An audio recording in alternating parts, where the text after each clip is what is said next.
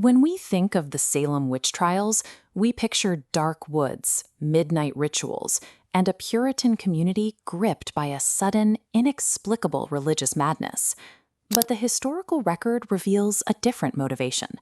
The hangings in 1692 were heavily driven by a struggle over local real estate. To understand why, we look at this map of early Essex County. In 1639, a clerical error by the Massachusetts Bay Colony granted the same tracts of land to two neighboring towns, Salem Village and Topsfield. This sparked a border dispute that lasted for generations. Zooming in on that disputed zone, two powerful clans, the Putnam family of Salem and the Town family of Topsfield, clashed for decades.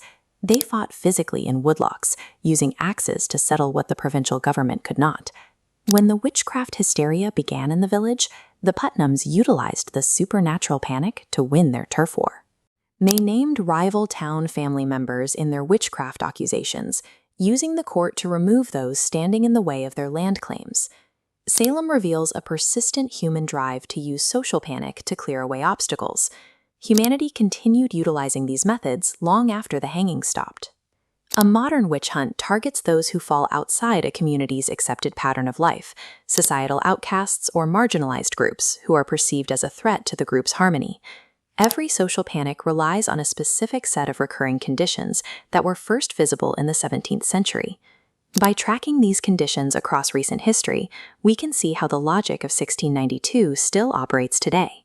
The first conditions required to start a witch hunt are a perceived threat and a foreign threat. Salem was a closed system. Any divergence from their strictly controlled norms was seen as a danger to the town's survival, making anyone labeled as different an immediate target. We saw this community response return during the fear following the September 11th attacks.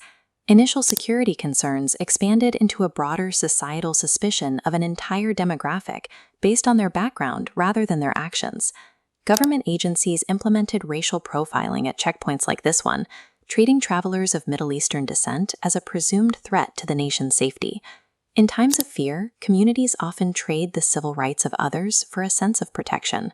The third condition is the catalyst that makes the panic move faster than reason: a threat to children. Invoking the safety of youth triggers protective instincts that can bypass critical thinking. In Salem, the accusers were a group of young girls. Because they were seen as vulnerable, their claims were treated as beyond reproach, fueling the execution warrants. During the 1986 crack scare, media coverage suggested that even the quietest suburbs were being targeted by a new drug trade. Legislative reactions focused on sensationalized stories of crack babies, often ignoring broader sociological data in favor of anecdotes that stoked parental fear.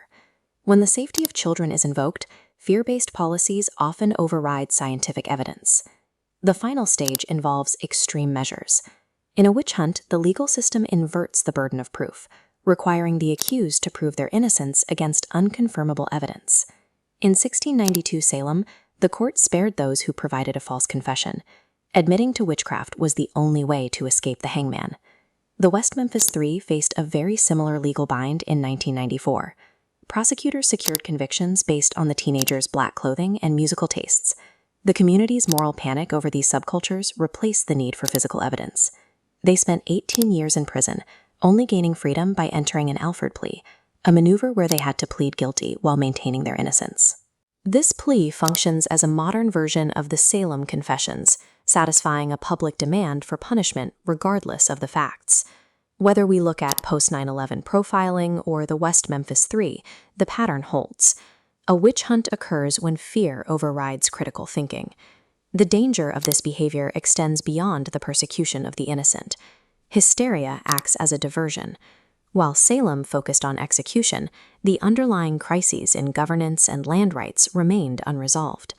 Humanity falls for this trap because we have a short-term memory for facts, but a persistent history of fear. Breaking this cycle requires recognizing these recurring patterns and prioritizing concrete data over emotional narratives before the hunt begins.